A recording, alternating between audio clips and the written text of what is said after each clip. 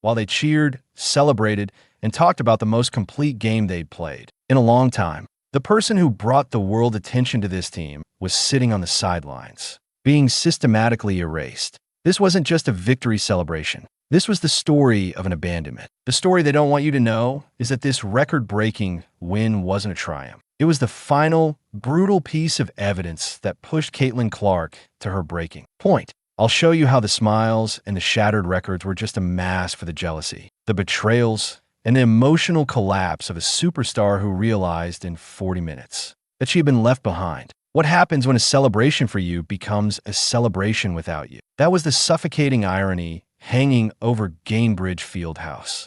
On the surface, it was Caitlin Clark night. Nike chose this game to launch her signature logo, and the building was covered in it. T-shirts with her CC symbol were handed out to thousands of fans, instantly turning the arena into a sea of support for their injured star. Everywhere you looked, her brand held the building. It was, for all intents and purposes, Caitlin Clark Arena. Her name echoed during pre-game ceremonies, the cheers swelling, even though it was her 16th straight game out with an injury. But this spectacle of support was a cruel illusion, because while her logo was on the chairs, she was in street clothes, forced to watch as her team prepared for a must-win game without her. The pressure was immense, not just on Clark, but on everyone. Listen to the voice of her coach, Stephanie White. She tries to celebrate the moment, but you can hear the strain. This is the sound of someone trying to hold a fracturing situation together with sheer force of will. That isn't just gratitude. That's the sound of relief from a coach under siege, trying to find one positive thing to cling to